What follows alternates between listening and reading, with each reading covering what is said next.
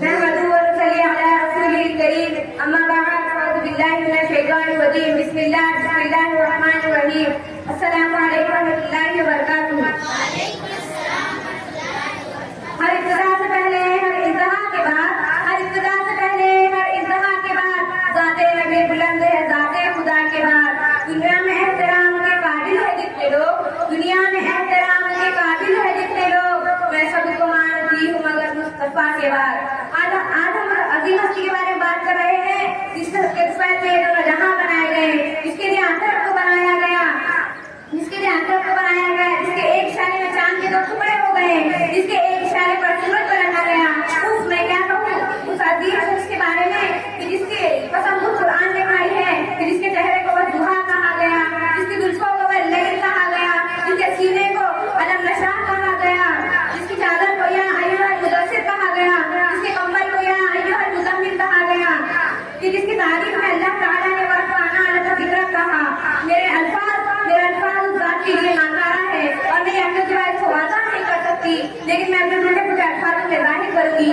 ہمارے نبی کریم صلی اللہ علیہ وسلم 12 ربیع الاول کے دن دنیا میں تشریف لائے. ہمارے نبی کریم صلی اللہ علیہ وسلم کے والد کا نام عبداللہ تھا. ہمارے نبی کریم صلی اللہ علیہ وسلم کی والدہ کا نام بی بی آمنہ تھا. ہمارے نبی کریم صلی اللہ علیہ وسلم نے 25 سال کی عمر میں حضرت خدیجہ کبریٰ رضی اللہ تعالی عنہا سے شادی کی اور 40 سال کی عمر میں اللہ تعالیٰ نے انہیں نبوت عطا کی. ہمارے نبی کریم صلی اللہ علیہ وسلم نے 11 شادیاں کی, لیکن شوق کے لیے نہیں کی, بلکہ ہم کو یہ بتانے کے لیے کی ہے کہ زندگی کیسے بسر کرے. ہمارے نبی کریم صلی اللہ علیہ وسلم نے ہر قسم کی عورت سے شادی کی اور تمام بیویوں کے ساتھ سلوک فرماتے تھے. میرے نبی صلی اللہ علیہ وسلم تو دنیا کی عظیم ترین شخصیت تھے. آپ صلی اللہ علیہ وسلم کی تعلیمات ہی صحابہ اکرام رضی اللہ تعالیٰ عنہ کے دل ایمان کی روشنی سے منور ہو گئے تھے. آپ مبلغ بھی تھے, آپ داعی بھی تھے, آپ بشیر بھی تھے, آپ نذیر بھی تھے, آپ کے پاس سالار بھی تھے, آپ فاتح بھی تھے, غرض یہ کہ آپ وجہ کائنات بھی تھے اور پیغمبر اخلاص بھی تھے. لیکن نبی صلی اللہ علیہ وسلم تو وہ نبی تھے کہ جس پیکر نور پر طائف کے بستی والوں نے ظلم و ستم کے پہاڑ توڑے, لیکن زبان مقدس سے بددعا تک نہیں نکلی, بلکہ بقال قلندری علامہ اقبال دعا مانگی الہی قوم کو چشمے بصیرت دے, دعا مانگی الہی قوم کو چشمے بصیرت دے, بیچارے بے خبر ہے تو انہیں نور ہدایت دے. یہ نبی صلی اللہ علیہ وسلم تو وہ نبی تھے کہ جو پھٹی چٹائی پر بھی سلطان نظر آتے تھے. یہ نبی صلی اللہ علیہ وسلم کی نگاہوں میں بجلیاں اور لبوں پر تبسم اور چہرہ منور تھا. یہ نبی صلی اللہ علیہ وسلم تو امن و محبت کا پیغام تھے. اندھیری تاریکی اور پستی میں چراغ بن کر آئے تھے.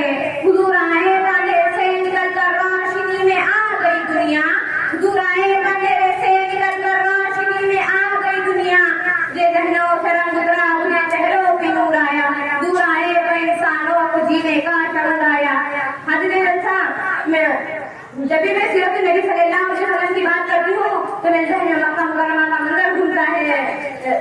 میں نبی صلی اللہ علیہ وسلم کا مکہ مکرمہ میں شرک و کفر کے نشانے پر تھے, مگر حوصلے بلند تھے اور یہ ارادے چٹان کی طرح تھے, اور یقین صرف خدا پر تھا. کسی شاعر نے کیا خوب کہا ہے, ارادے دن کے پختہ ہو یقین دن کا خدا پر ہو, ارادے دن کے پختہ ہو یقین دن کا خدا پر ہو, لیکن خیر موجوں سے وہ گھبرایا نہیں کرتے. میں نبی صلی اللہ علیہ وسلم کا خاندان کیا تھا؟ میں نبی صلی اللہ علیہ وسلم نے فرمایا اللہ تعالیٰ نے آدم کی تمام اولاد سے عرب کو چنا, عرب کی ساری اولاد سے مدر کو چنا, اور مدر کی ساری اولاد سے قریش کو چنا, اور قریش کی ساری اولاد سے ہاشم کو چنا, اور ہاشم کی ساری اولاد سے مجھ کو چنا. میں ہوں سب سے اعلیٰ خاندان, سب سے اعلیٰ نسب کا. میں نبی صلی اللہ علیہ وسلم کے اللہ تعالیٰ نے 10 نام رکھے ہیں. نبی صلی اللہ علیہ وسلم نے فرمایا میں محمد, میں احمد, میں ماہی, میں ہاشم, میں عاقب, میں طٰہٰ, میں ابو القاسم. میں اپنی تقریر کا اختتام اس شعر سے کرنا چاہوں گی. یہ خوشیاں, یہ زندگی, یہ لذتوں کا سرور, یہ خوشیاں, یہ زندگی, یہ لذتوں کا سرور, وما الحیات الدنیا الا متاع الغرور. کس کے سامنے سب برابر ہے امیر و فقیر, کس کے سامنے سب برابر ہے امیر و فقیر. حسبنا اللہ ونعم الوکیل. کہ ہر جاندار کا ہونا ہے ایک دن قوت موت, کہ